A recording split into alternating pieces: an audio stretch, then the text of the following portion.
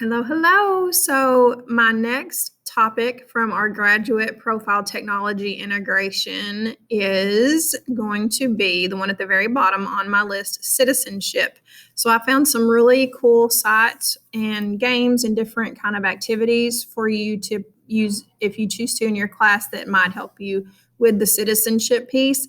So, first of all, contributes to the enhancement of community life. I found Honor Code, which is a anti-bullying site, and it just kind of has some different modules to work through.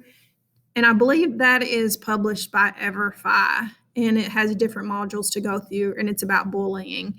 And then Roots and Shoots was really cool. It's actually developed by the Jane Goodall Association, and it has all kinds of projects on there that you can get your students involved in. But you can choose kind of what level of engagement you want. So there's one that's like a one-click action. And then there are others where you can search for different projects that you can do. It's just really cool. It's a great site if you're interested in something like that. Respect the rights of others. I found Morningside Center. It's a really great website. It's just kind of about social and emotional issues that students might have and kind of how to be better citizens to other people. I like about it, it kind of builds its lessons around teachable moments is what they call them. And so they'll have like a featured teachable moment and then, kind of some resources to go with it. And there are a bunch of them on there. So just some really neat things for you, to choose from. PBS Learning Media, they have so much information on that site. And there's a whole area about respecting the rights of others. You can choose your content area. I think PBS is probably a resource that we don't use enough. And so it's a great, great site, trusted material. So check that one out. The next one is financial literacy. My favorites, I guess, are EverFi. I've used that in my class for years. It's 9, I think maybe even 10 modules now, just about all different kinds of things, savings and taxes and the stock market. If you do this in class, I don't recommend just, in a row, have kids do all 9 or 10 modules with no breaks in between because they're going to get tired of it. The way I found best to do for my classes was to kind of weave it in with other instruction and other resources. And probably that's true for all of these that you do. But EverFi is totally free, good quality content. Financial football is just another way to learn financial literacy, and you're set up, through kind of a sporty football scenario. So you might have somebody that appeals to more than something else. Pathway is just another financial site that you might use. It has modules as well. Spent is really neat. It also teaches empathy. You're put in these situations where you don't have a lot of money and you're faced with these choices. Like in one of them, you have a flat tire on the way to work, but you also have a medical expense that needs paying. So you have to make that choice. You don't have enough money for both, and you have to make that choice. And then, each one comes with a different consequence that you have to face. So that one is really neat. And then it's called Spent. Demonstrates an understanding of civic duty. I found the Digital Civics Toolkit that actually won the Best Tech Ed tool in 2018. It's a really great site. It breaks down all kinds of, I had to write this down so that I would remember. It breaks it down into participate, investigate, dialogue, voice, and action.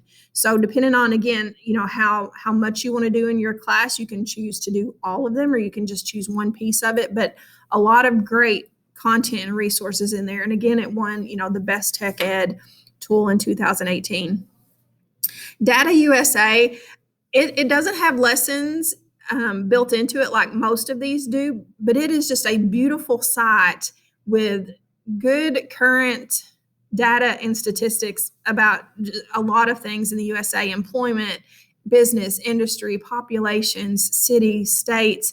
And again, it's just beautiful. So if you're, you could build a lesson around it and use that as a resource. And I think students would like it. It's just a fun site to just click around. And it's really interesting. It's got great data in it. iCivics is a game to play, and you can choose different modules about if you want to learn about, the three branches of government or how a county government works. And there are all kinds of different little games to play. And a lot of them that I saw are about 15 minutes long. So you can, definitely have time to build that into a lesson. And then That's Your Right. It's an online card game, and it got super high reviews. And you just play this card game, and there are different kind of choices, and a lot of the constitutional rights are kind of built into this game. You can choose a difficulty level: easy, medium, and then hard. And they say that the hard one is very difficult to play, but if you've got students that like a challenge, that might be one for you. But it got super high reviews.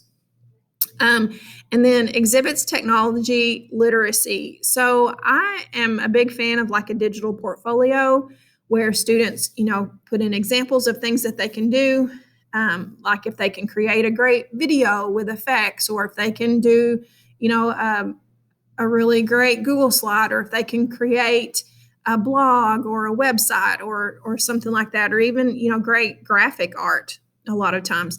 Thinglink.com. I know I have used this probably 2 or 3 times before, but it's a site where kids can do like a 360 interactive. And I think that would be a great place for them to display different works that they have. Also, Google Sites is great for students to display, what they've learned. There's also a portfolio feature in Otis to use as well. I need to add that on here.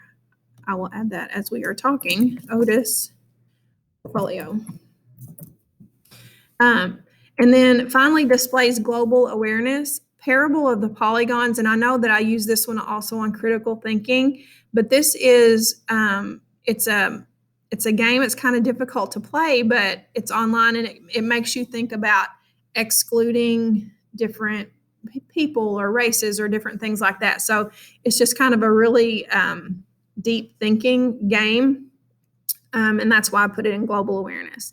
And then Pen Pal Schools is just what it sounds like. It's just kind of a trusted site where you can communicate with classes and teachers and students from other schools. And I just like that for the global awareness of it.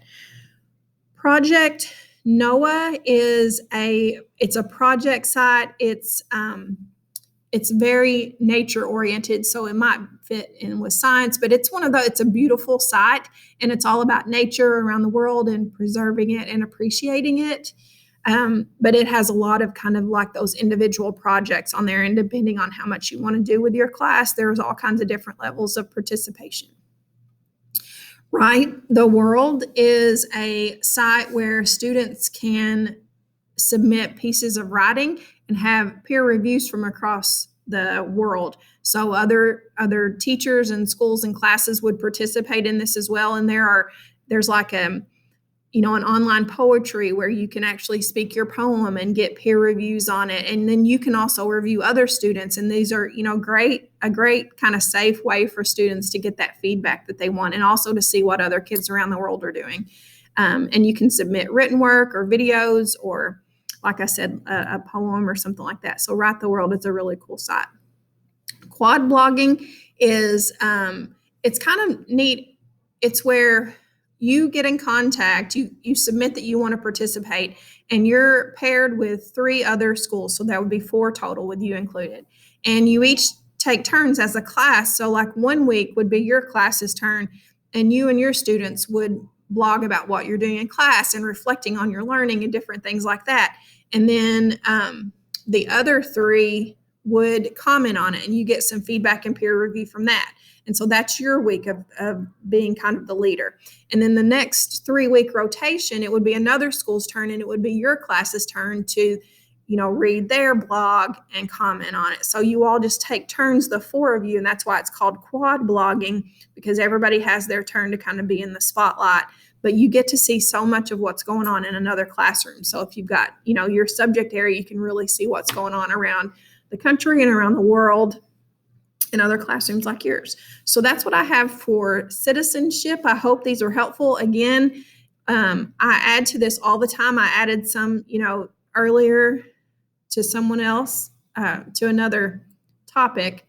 So keep checking back on this. If you have any questions on any of these tools, let me know. I will be happy to help you. Thanks so much.